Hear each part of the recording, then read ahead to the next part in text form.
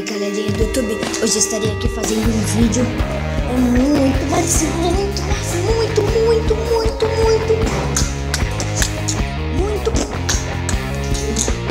um aviso muito importante pra vocês, galera. Eu queria falar pra vocês que eu preciso de um nome pro meu canal. Eu sei, o nome do meu canal é Esse Pequeno Trovão. Tá bom, né? Esse Pequeno Trovão, tal. E agora? O nome do meu canal é Esse Pequeno Trovão. Tá, né?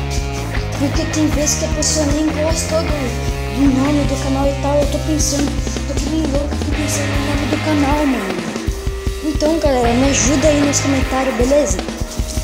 Ó, galera, tamo junto, mano. Sei lá, coloca isso. Mas tem que ser um nome que ainda não tem no YouTube, que nenhum canal ainda tem esse nome, beleza? Então, galera, se apoio com vocês, ok?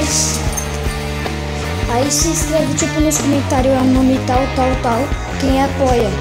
Aí as pessoas vão lá e escrevem, entendeu? Ajuda aí, galera, beleza? Falou! Ou também vocês podem até falar também, assim, não, Isaac, deixa esse pequeno trovão que tá legalzinho, tá?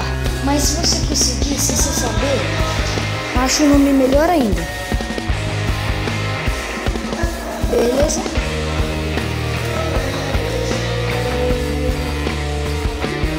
Galera, tô pedindo a ajuda de vocês. Ah, galera, eu vou desculpa pelo barulho da minha avó tá fazendo, tá bom? Então, galera, vê aí que eu vou colocar. Eu tô pensando nesse pequeno rei, não sei. Vê aí nos comentários, beleza?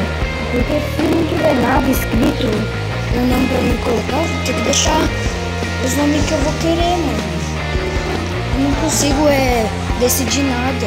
Então, galera, vê aí o nome bom pra mim colocar no meu canal.